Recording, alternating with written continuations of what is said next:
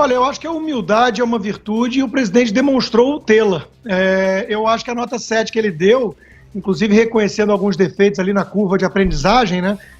Falta de articulação e alguns erros de inexperiência de ministros, eu acho que é uma nota que ele deu até bem adequada. Eu tinha feito uma análise anterior e tinha dado de 7 a 8 a nota para o governo. Veja, o governo Bolsonaro pegou o Brasil num cenário de terra devastada, uma herança maldita deixada pelo petismo. Vivemos um ponto de inflexão, economia, que é algo muito importante, as pessoas têm pressa por emprego, por crescimento. Economia já começa a crescer 1% ou mais, indo para 2 ou 2,5% ano que vem. Aprovamos uma reforma previdenciária fundamental, que teve muito mérito do governo. Vamos lembrar que no início muita gente achou que o governo devia ter aproveitado a reforma do Michel Temer, que previa metade da economia que teve essa reforma. Eu acho que vimos o pior para trás, tivemos MP da liberdade econômica, a abertura comercial está em andamento com acordos, desburocratização está andando, privatização está andando. O secretário Salim Matar encontrou muitos obstáculos, mas está trabalhando dia e noite para isso e já vendeu mais de 100 bilhões de reais em ativos do Estado nesse primeiro ano, que é mais do que a meta prevista, e vem muito mais aí. Ou seja, há um choque de liberalismo no âmbito econômico muito bem-vindo no país, e só isso já era suficiente para uma nota 7,5 ou até 8, além da reforma previdenciária já citada. Mas, além disso, nós tivemos queda nas taxas de violência, de crime, 22% a menos de homicídio, graças, em boa medida, à gestão, sim, do ministro Sérgio Moro, em sintonia com os estados e municípios, mas tiveram medidas específicas do governo federal que contribuíram para isso. O projeto anticrime, ainda que desidratado, foi aprovado e está encaminhando, está andando. Então, eu acho que na saúde, na justiça, segurança e economia, que são as pastas mais relevantes, eu acho que tivemos evidentes avanços. Mas, fora isso, eu não vejo nenhum grande transtorno na parte de educação, apesar de muita retórica e muito barulho, mesmo na pasta ambiental. Eu acho que a ministra Damares Alves foi uma surpresa agradável.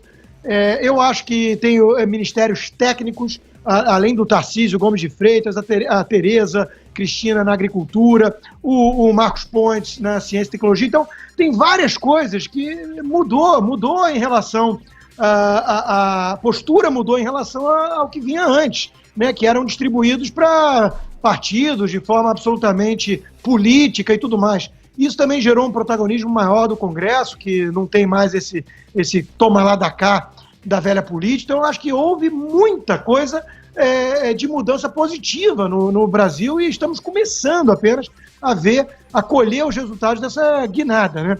Agora, claro, tem a postura do próprio Bolsonaro, tem a questão do arranhão na bandeira ética por conta do envolvimento do filho dele e algumas indicações ali, como a AGU, como o PGR, que não é exatamente aquilo que a ala bolsonarista, principalmente da turma mais ligada à Lava Jato, desejava, né? Tem a turma do barulho, que é a turma mais ligada ao olavismo dentro do governo, que fica causando muita intriga e muita polêmica desnecessária e afastando muita gente mais moderada, que em situações normais estaria apoiando o grosso do governo e não gosta e não consegue apoiar por conta dessa posição tóxica dessa turma, né? Eu sempre lembro que o presidente Trump, já que é uma inspiração tão grande para o Bolsonaro, ele soube se livrar dessa turma que representava o Steve Bannon na Casa Branca. Ele soube se livrar logo no começo porque ele tinha um país para gerir, né? Enquanto que o Bolsonaro fica dando trela demais a essa turma mais radical, a essa ala mais ideológica e que fica nas redes sociais praticando assassinato de reputação e criando confusão com Deus e o mundo dia sim, dia também, né?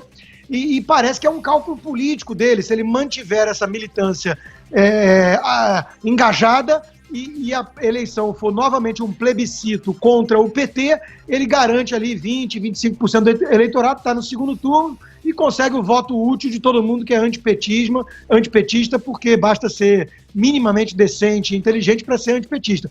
Então ele conta com isso, né? Mas é uma estratégia arriscada porque está afastando muita gente liberal e conservadora desse governo por conta de uma minoria barulhenta e tóxica que representa essa ala olavista dentro do bolsonarismo. Ou seja, eu acho que é uma nota entre 7 e 8, que pode melhorar se ele entregar resultados, mas para isso ele teria que se afastar dessa turma e se aproximar ainda mais de Guedes e companhia. Eu acho difícil ele fazer isso, ele não dá sinais de que vai nessa direção, muito pelo contrário, o que é lamentável e preocupante. Se as controvérsias, as polêmicas do Bolsonaro servem para distrair a população da pauta para a imprensa que adora odiá-lo, e enquanto isso, reformas importantes vão sendo enviadas e aprovadas eventualmente, está tudo muito bem. Veja, alguns números importantes para a gente lembrar do que a gente está falando aqui e por que eu acho que merece nota perto de 8, que é um B+, para o padrão americano, que eu estou mais acostumado agora,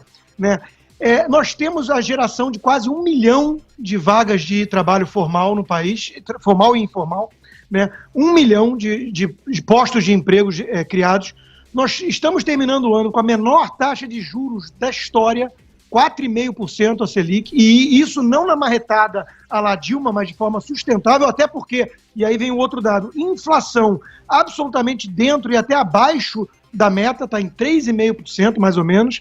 Nós temos o nível recorde do Ibovespa, que é o índice de ações brasileiras.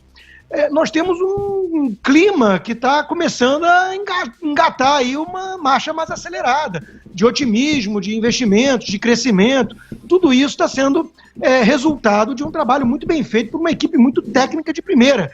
E o próprio presidente se colocou como técnico, é exatamente esse o papel dele. Nós não podemos, e eu já apontei essa incoerência antes, nós não podemos criticar o presidente pela escolha ou manutenção de certos ministérios que a gente considera ruins ou problemáticos e, ao mesmo tempo, fazer vista grossa de que ele tem total mérito de ter indicado e dado autonomia, delegado total poder de escolha a alguém como Paulo Guedes, ou então alguém como o ministro Sérgio Moro, que balança, mas não cai desde o início, segundo rumores ou boatos, ou, em alguns casos, fofocas da imprensa, mas ele continua firme e forte lá, ao que tudo indica. E colhendo resultados e avançando com o seu projeto anticrime e usando alguns laboratórios para medidas específicas e mostrando resultados interessantíssimos em termos de criminalidade e por aí vai. Então, eu acho que tem um conjunto da obra que o ruído é muito alto, e o presidente em nada ajuda. Há, sim, alguns problemas sérios, que aí é mais teor essencial do que representa uma ala bolsonarista, muito próxima do presidente, muito próxima, até porque seduziu mente e coração dos seus filhos, e dele, em parte. Então isso aí é algo que contamina o governo, e tem o escândalo do filho que o afasta gradualmente da bandeira ética, e tudo isso é muito preocupante, temos que acompanhar daqui para frente. Mas o primeiro ano, quando a gente analisa o que entregou de resultado de forma concreta, porque a esquerda vive muito de retórica. Se fosse depender de palavras e discursos, a esquerda já tinha acabado com a miséria e com as desigualdades no mundo. Mas quando ela assume o poder de fato, o que ela faz é entregar sempre resultados muito piores. Muito piores. Basta ver Obama com Trump. Igualzinho. O Obama era adorado pela inteligência, pelos intelectuais, pelos artistas e pela mídia.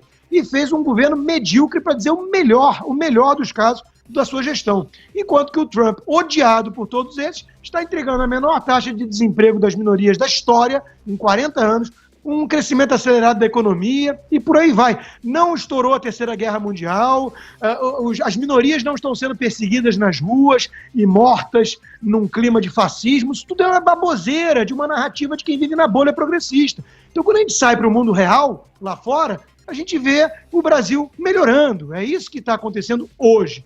Temos que ficar alertas com perigos, com eventuais indícios de uma mudança, de um viés autoritário do presidente por conta dessa ala, desses discursos de AI-5 e tudo mais, ou do guru em Virgínia. Temos que ficar vigilantes sempre, sempre. O preço da liberdade é a eterna vigilância. Daí a achar que o governo foi medíocre no primeiro ano em relação aos resultados que estão sendo entregues, eu acho que vai à distância de quem, de fato, está fazendo análise isenta de emoções ou de preconceitos ideológicos e quem, no fundo, estava torcendo muito contra e fica num papel difícil de ter que justificar o mau humor num ano que se encerra com indicadores tão positivos.